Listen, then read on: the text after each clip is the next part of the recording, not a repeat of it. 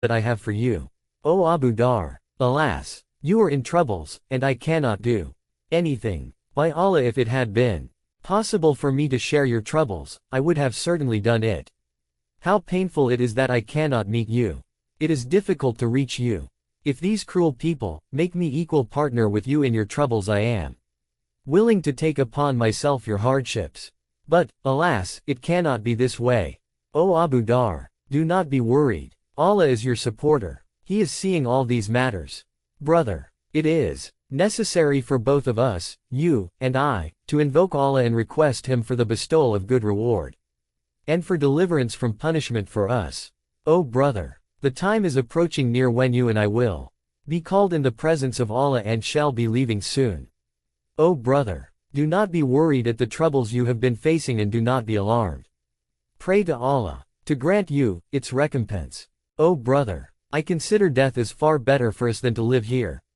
Now it is necessary for us to leave this transient world, because soon disturbances will come in succession one after the other. These disturbances will go on mounting and will crush up the virtuous people of the world. Swords will be unsheathed in these disturbances and death will surround men from all sides. Whosoever raises his head in these disturbances will certainly be killed. No tribe of all the tribes of the towns and the deserts of Arabia will remain unaffected. At that time the cruelest will be considered the most revered one, and the most pious one will be looked down upon. May Allah save us from the evils of that time. O Abu Dar, I pray for you all the time. May Allah keep us under His mercy and protect us from haughtiness in worship. He is a great disposer of our affairs. We always expect His generosity. Peace be upon you. Huzaifa 45. Scholars say that Abu Dar was spending his days with his family at Rabza when suddenly his son Dar fell sick. There was no physician in that deserted place to approach for treatment except trust in Allah. At last, the disease aggravated till the time of his death approached. The distressed mother took up his head from the sand and put it on her knee. The son breathed his last. The mother and sister started bewailing. Abu Dar was deeply shocked, but his trust in Allah consoled him. He controlled himself and didn't weep. As it was a desert, there were no arrangements for funeral.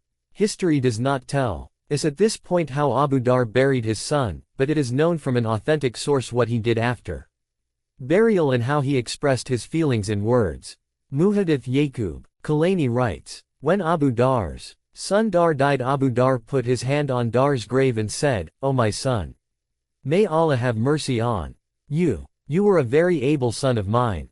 You have died while I am happy with you. You should know that, by Allah, I did not suffer any loss by your death, and I do not need anybody except Allah. O son, if there had been no consideration for the horror after death, I would have been happy to wish to replace you in the grave, but now to my mourning your death has kept you off mourning for me. By Allah, I did not weep on your death, but what you have suffered makes me weep. Would that I had known what was asked of you and what you said in reply. O Allah, I have excused my rights which he owed to me. O my nourisher, I pray you to excuse whatever rights he owed to you. My Lord, you are more forgiving than I. 46. Sheikh Abbas Kumi writes in his book, Sayfinach al-Bahar, Volume 1 page 483 that the words uttered by Abu Dar on the grave of his son Dar were also uttered by Imam Jafar Sadiq, on the grave of his son Ismail. Abu Dar had not yet forgotten the death of his young son when his wife also left him forever. According to Allama Abdul Hamid, Abu Dar and his family members were passing their days in such a condition that they had no proper arrangement for food except that they got a little piece of meat now and then out of the camel slaughtered for the government officials. 47. They generally used to eat grass or other such things in those days. One day Abu Dar's wife ate some poisonous grass by which she contracted a fatal disease and died. 48. Abu Dar also fell sick. After the death of his wife, Abu Dar felt lonelier. He had only a daughter with him. When the people residing around Rabza came to know of Abu Dar's sickness, some of them came to see him. According to the statement of Abu Dar's daughter, they said to him, O Abu Dar, what are you suffering from and what do you complain of? Abu Dar replied, I have complaint against my sins. They said, do you desire something? He said, yes, I desire to have Allah's mercy. They said, if you like we can call a physician. He said, Allah is the absolute physician. The diseases as well as the remedy are in his power. I don't stand in need of a physician. 49 He was certain of his death. Majlisi, on the authority of Sa'id ibn Taus, quotes Muawiyah ibn Thalaba as saying, when Abu Dar's condition deteriorated at Rabza and we got its information, we left Medina for Rabza to see him. After inquiring about his condition, we desired him to make his will. He said that he had expressed his will, whatever it was, before the commander of the faithful. We asked, by the commander of the faithful do you mean Caliph Uthman? He said, never. By the commander of the faithful is meant one who is the rightful commander of the faithful. O Ibn Thalaba, listen to me. Abu Turab, the father of the earth, Ali is he who is the blossom of the earth. He is a divine scholar of this ummah. Listen, you will see many abominable things in the world after his death. I said, O Abu Dar, we see that you make friends with those whom the Holy Prophet loved.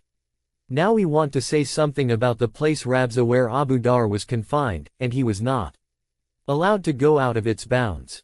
Scholars and historians agree that Rabza is situated at 3 miles from Medina near Zat Iraq on the way to Hijaz, and at that time it was not more than desolate wilderness. Sheikh Muhammad Abdo writes in the footnote on page 17 of volume 2 of Najul Balagha that Rabza is a place near Medina where the grave of Abu Dar lies. Ibn Abu al-Hadid says that Abu Dar's exile to Rabza was one of the causes that led to the revolt of the Muslims against Uthman. There is no doubt that Abu Dar achieved the highest rank of faithfulness. He kept in view till the last moments of his life that he had promised to the Prophet to speak the truth and not to mind any reproach for the sake of truth. Shah Walul Adelavi writes that it was the practice of the Prophet that he took oath of allegiance of different kinds from different people, i.e., to go on jihad, to renounce innovation, to establish the Islamic laws, and to speak the truth. 50. The oath that he had taken from Abu Dar was that of speaking the truth. Abu Dar acted according to the oath of allegiance after fully knowing its implications, and why should he have not acted so, when he had the conviction, which admitted of no doubt, that whatever he was doing was in absolute conformity with the will of Allah and the intentions of the Holy Prophet. 51 In this respect he never cared for the mightiness of the government, nor was he scared of his getting into troubles. He tolerated every kind of oppression and bore every kind of discomfort, but did not stop from speaking the truth, till he was twice sent into exile. His last exile was without a parallel. He lay confined in a desolate desert.